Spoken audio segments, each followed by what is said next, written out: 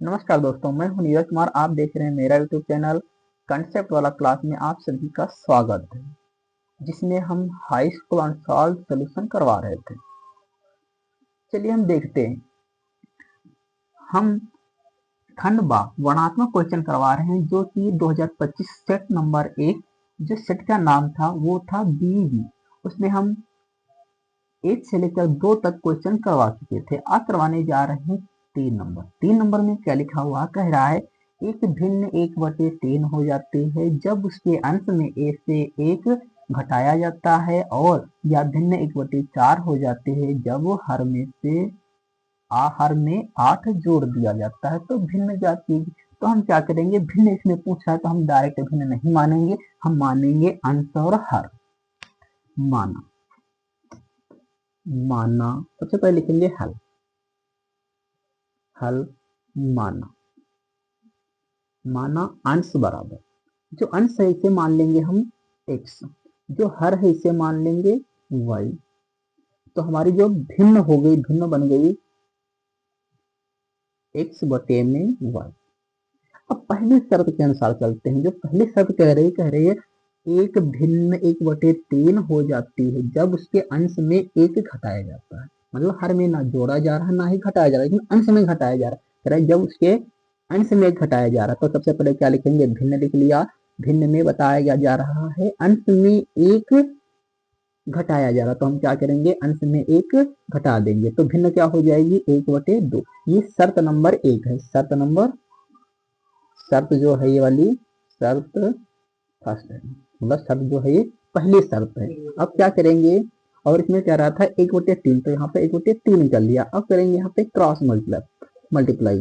3 के x में किया 3x हो गया, 3 की 1 में किया 3 करना 3 हुआ, y करना y। अब y को इधर ले आएंगे उठा के, 3x इधर प्लस का था बराबर के इधर उठा के लाए, माइनस हो गया। माइनस का 3 है बराबर के उधर ले गए, तो ये माइनस का था हो गया प्लस। इसको हमने क्या किया, समीकरण नंबर 1 बोल दिया। अब दूसरी शर्त के अनुसार जो सेकंड जो शर्त है, सेकंड शर्त पढ़ेंगे, फिर उससे लेकर चलते हैं। ये सेकंड शर्त कह रही है यह भिन्न 1/4 हो जाती है जब हर में 8 जोड़ दिया जाता है। कह रहा है यह भिन्न 1/4 हो जाती है जब हर में 8 जोड़ दिया जाता है। तो हम क्या लिखते हैं, सबसे पहले भिन्न लिखते हैं। भिन्न है x/y, भिन्न लिख दिया, और हर में 8 जोड़ा जाता है, तो 8 जोड़ दिया। अब क्या, जब 8 जोड़ दे तो दोनों क्या हो गई, बराबर होगी। अब यहाँ पे फिर क्रॉस मल्टीप्लाई कराएंगे, 4 की x में कराएंगे 4x, और 1 की y में क्या 1y, और 8 की 1 में क्या 8। अब क्या किया, y को बराबर के इधर उठा लाया।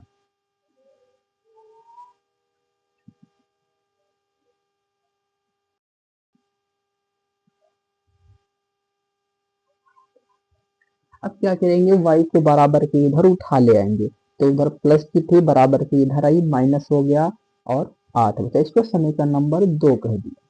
अब क्या करेंगे, देखते हैं यहाँ पे हमारे पास हल करने की 2 विधियां हैं कक्षा 10 में। एक होती है प्रतिस्थापन और एक होती है विलोपन। तो हम यहाँ पे विलोपन से हल करेंगे। विलोपन में क्या करेंगे, हमेशा विलोपन में हम गुणांक लिखते हैं। x वाला काटना हो तो x का गुणांक लिखते हैं, y वाला काटना होता है तो y का गुणांक लिखते हैं। देखते हैं यहाँ पर भी y का गुणांक 1 है, यहाँ पर भी 1 है। जब चिन्ह समान होते हैं तो हम घटाते हैं, और जब चिन्ह अपोजिट होते हैं तो हम क्या करते हैं, जोड़ते हैं। तो यहाँ पे क्या लिखा है, समीकरण 1 व 2, समीकरण 1 में से या फिर समीकरण 2 में से घटा दो। समीकरण 2 में से समीकरण 1 को घटाने पर, समीकरण 1 को घटाने पर, तो यहाँ पर हम देखते हैं, सबसे पहले लिख लेते हैं समीकरण 2, 4x माइनस वाई बराबर में 8। समीकरण 1 लिखेंगे 3x माइनस वाई बराबर 3। हमने घटाने पर लिखा तो घटाने का चिन्ह लगाया, तो plus minus minus minus minus plus, और प्लस माइनस माइनस। 4x में से 3x घटाया तो बचा 1x, ये माइनस का था नीचे वाला प्लस का था, तो कट गया। 8 में से 3 गया 5 बचा। जो x का मान आया ये 5 आया। और जब x का मान 5 आया तो x का मान रखेंगे, x का मान समीकरण 1 में रखने पर, 1 में रख दो या 2 में रख दो, x का मान समीकरण एक में रखने पर। तो हम क्या करते हैं, एक समान समीकरण एक में रख रहे हैं, तो एक है यहाँ पे, तो यहाँ रख रहे हैं 3 गुणे x के स्थान पे x का मान 5 रख दिया, माइनस वाई बराबर में 3, 3 पचे 15 माइनस वाई बराबर 3। अब इधर स्पेस नहीं तो हम क्या करेंगे, ऊपर लिखते हैं, तो यहाँ पे 15 बराबर के उधर जाएगा, ये प्लस का है बराबर के उधर 75 कर देंगे तो माइनस वाई बराबर 3 माइनस का 15, 15 में से 3 गया बचा माइनस का 12, इधर माइनस का वाई, ये माइनस माइनस हो गया प्लस। अब यहाँ पे क्या पूछ रहा था इसने भिन्न ज्ञात कीजिए, तो भिन्न हमने क्या मानी थी, भिन्न जो थी हमारी x बटे वाई थी, x के स्थान पे हमने रख दिया x का मान आया था जो कि 5 आया था, और y के स्थान पे y का मान रख दिया जो कि आया था 12, तो हमारी भिन्न हो गई 5 बटे 12, ये आंसर हो गया। ये जो क्वेश्चन था ये 6 नंबर में आया था। चलिए अब अगला देखते हैं, आगे कह रहा है एक 80 मीटर चौड़ी सड़क के दोनों और आमने सामने समान ऊंचाई वाले 2 खंभे लगे हुए हैं, खंभों के बीच सड़क पर स्थित किसी बिंदु से दोनों खंभों के शिखर का उन्नयन कोण क्रमशः 60 अंश और 30 अंश है, तो खंभों की ऊंचाई और खंभों से बिंदु की दूरी पूछ रहा है। चलिए इसका हम सबसे पहले चित्र बनाते हैं, इसको रख कर देते हैं और उस वाले का चित्र बनाते हैं 4 नंबर का।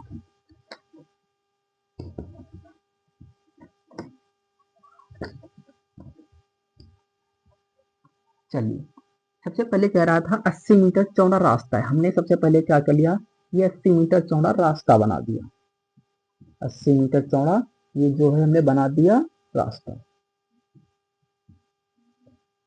अब कह रहे इसमें समान लंबाई के खंभे लगे हुए हैं, एक ये खंभा लगा हुआ है और एक खंभा ये लगा हुआ है, इसमें कह रहा है समान लंबाई खंभे हैं, तो जितनी लंबाई इसकी होगी इसकी हमने h मान लिया, तो इसकी भी क्या हो जाएगी, खंभे की ऊंचाई ये भी h हो जाएगी। अब कह रहा है जो पहला कोण बन रहा है 60 अंश बन रहा है, तो हम क्या कर रहे हैं, पहला जो कोण था उसे बना दिया 60 अंश, जो दूसरा कोण है 30 अंश है, तो हम क्या करेंगे, और यहाँ पे हमने कह रहा था सड़क का कोई बिंदु है, ठीक है, सड़क पर स्थित किसी बिंदु, तो हम ये वाला बिंदु मान लिए, तो इस बिंदु से कोण इधर वाला जो 60 अंश बन रहा है, इधर वाला 30 अंश बन रहा है। अब क्या करेंगे, पूरी दूरी पता है, यहाँ से ये वाली दूरी हम x मान लेंगे यहाँ तक। सबसे पहले नामकरण करते हैं, A B C D, तो सबसे पहले हमने नामकरण कर दिया और BC मान लिया x, तो हमारी जो CD हो जाएगी वो 80 माइनस x हो जाएगी, 80 माइनस x। अब सबसे पहले लिखते हैं, माना खंभे की ऊंचाई, माना खंभे की ऊंचाई, ऊंचाई है क्या, ऊंचाई हमने लिखी है AB, तो AB बराबर उधर वाला खंभा क्या है ED, तो ED बराबर ED का मान कितना हो जाएगा, h मीटर। अच्छा अब बात करते हैं हम हैं, तो खंभे से जो सड़क पर कोई बिंदु था उस बिंदु की दूरी जो 60 अंश का कोण बनाता था, तो BC है, तो BC बराबर कितनी मान लिया, BC बराबर मान लिया x मीटर। अच्छा BC बराबर x है, तो CD बराबर कितना हो जाएगा, CD बराबर हो जाएगा 80 माइनस का x मीटर। अच्छा अब हल करते हैं, सबसे पहले बात करते हैं हम त्रिभुज ABC में, त्रिभुज समकोण त्रिभुज ABC में, समकोण त्रिभुज ABC में, ABC में हमने क्या लगा दिया, यहाँ पे लंब दिया था और आधार दिया था, तो हमेशा जब लंब आधार दिया होता है हम टेन थीटा लगाते हैं, तो टेन थीटा बराबर फार्मूला होता है लंब बटे आधार, तो थीटा के स्थान पे हमने लिख दिया 60 अंश, और जो लंब है लंब के स्थान पे हमने रख दिया h और आधार के स्थान पे रख दिया x, क्योंकि ये आधार है और ये वाला लंब है। 60 का मान होता है √3 h बटे में यहाँ x, इसके बटे में यहाँ 1 मान लिया, 35 गुणा कर दिया, तो h बराबर कितना हो गया √3 इंटू h, x का मान इतना लिया, इसको समय का नंबर कुछ समय के लिए 1 मान लेते हैं। अब बात करते हैं त्रिभुज EDC में, सॉरी CDE में त्रिभुज, समकोण त्रिभुज, समकोण त्रिभुज CDE में, CDE में क्या, फिर tan थीटा, तो tan थीटा बराबर फिर क्या होता है, लंब बटे आधार। तो थीटा के स्थान पे क्या करेंगे, 30 अंश रख देंगे, लंब के स्थान पे h और आधार के स्थान पे 80 माइनस का x। अब क्या कर दिया, tan किसका मान होता है, 1/√3, h 80 माइनस का x। अब क्या करवाया, क्रॉस मल्टीप्लाई करवा दिया, तो √3 h बराबर हो गया 80 माइनस का x। समीकरण 1 से हमने क्या कर दिया, x का मान रख दिया, x का मान समीकरण 1 से रख दिया, यहाँ पर कितना था, √3 x 80 माइनस x, इधर लिख देंगे समीकरण 1 से, समीकरण 1 से h का मान रखने पर, h का मान रखने पर यहाँ पे हमने क्या कर दिया, समीकरण 1 से हमने h का मान यहाँ पे रख दिया, √3 के √3 में जब गुणा करते हैं तो 3 हो जाता है, और 3x 80 माइनस x, x बराबर के इधर ले आया, 3x माइनस का था इधर आया तो प्लस का, तो यहाँ पे हो गया 4x बराबर 80, और तो x बराबर हो गया 80, या फिर यहीं पे क्या करें, काटना मान कहे तो काट दो, 4 दूना 8, 0 रहा था 0 लिख दे, तो x का मान जो आया ये आ गया 20। जब x का मान 20 आया है, अब क्या करेंगे हम, x का मान समीकरण x का मान समीकरण 1 में रखने पर, जब हमने क्या किया, x का मान समीकरण 1 में रखने पर, तो हमने क्या किया, x का मान समीकरण 1 में रख दिया, तो h बराबर हो गया √3, x के स्थान पे हमने कितना रख दिया, 20 रख दिया, तो ये हो गया 20√3। h का मान पता है, अब क्या करेंगे, हमने माना था वही वापस कर देंगे। अब हमने माना था खंभे की ऊंचाई, जो खंभा, खंभे की ऊंचाई माना था, खंभे की ऊंचाई, खंभे की ऊंचाई माना था h, x के स्थान पर रख दिया h मीटर, और h के स्थान पर रख दिया 20√3 मीटर, तो एक हमारा ये आंसर पे। फिर हमने माना था BC, BC बराबर माना था h मीटर, तो BC बराबर x माना था, x का मान आ गया 20 मीटर। फिर हमने दूसरी दूरी मानी थी CD बराबर, CD बराबर माना था 80 माइनस का x मीटर। अब क्या करेंगे, 80 माइनस का 20, 20 कितना आ गया, 60 मीटर। तो हमारे क्या हो गया, तीनों आंसर आ गए। उसने पूछ रहा था खंभों की ऊंचाई, तो खंभों की ऊंचाई कितनी है, 20√3 मीटर। अच्छा कह रहा था खंभों से बिंदु की दूरी, जो खंभों से बिंदु की दूरी है 20 मीटर और 60 मीटर है, तो यहाँ पर लिखना चाहेंगे तो लिख लेंगे खंभों की ऊंचाई 20√3 मीटर और खंभों से बिंदु की दूरी 20 मीटर और 60 मीटर है। ये हमारा क्वेश्चन सॉल्व हो गया, ये भी नंबर हमारा 6 नंबर में आया था। अब हम अगले सवाल की तरफ चल रहे हैं। लकड़ी के एक ठोस बेलन के प्रत्येक सिरे पर एक अर्धगोला खोदकर निकालते हुए चित्रानुसार, मतलब ये वाला चित्र बनाया गया है, चित्रानुसार एक खिलौना बनाया गया है। यदि बेलन की ऊंचाई 10 मीटर है, 10 सेंटीमीटर है, आधार की त्रिज्या 3.5 सेंटीमीटर है, तो इस खिलौने का संपूर्ण पृष्ठीय क्षेत्रफल ज्ञात कीजिए। तो हम क्या करेंगे, सबसे पहले जो दिया वो लिख लेंगे।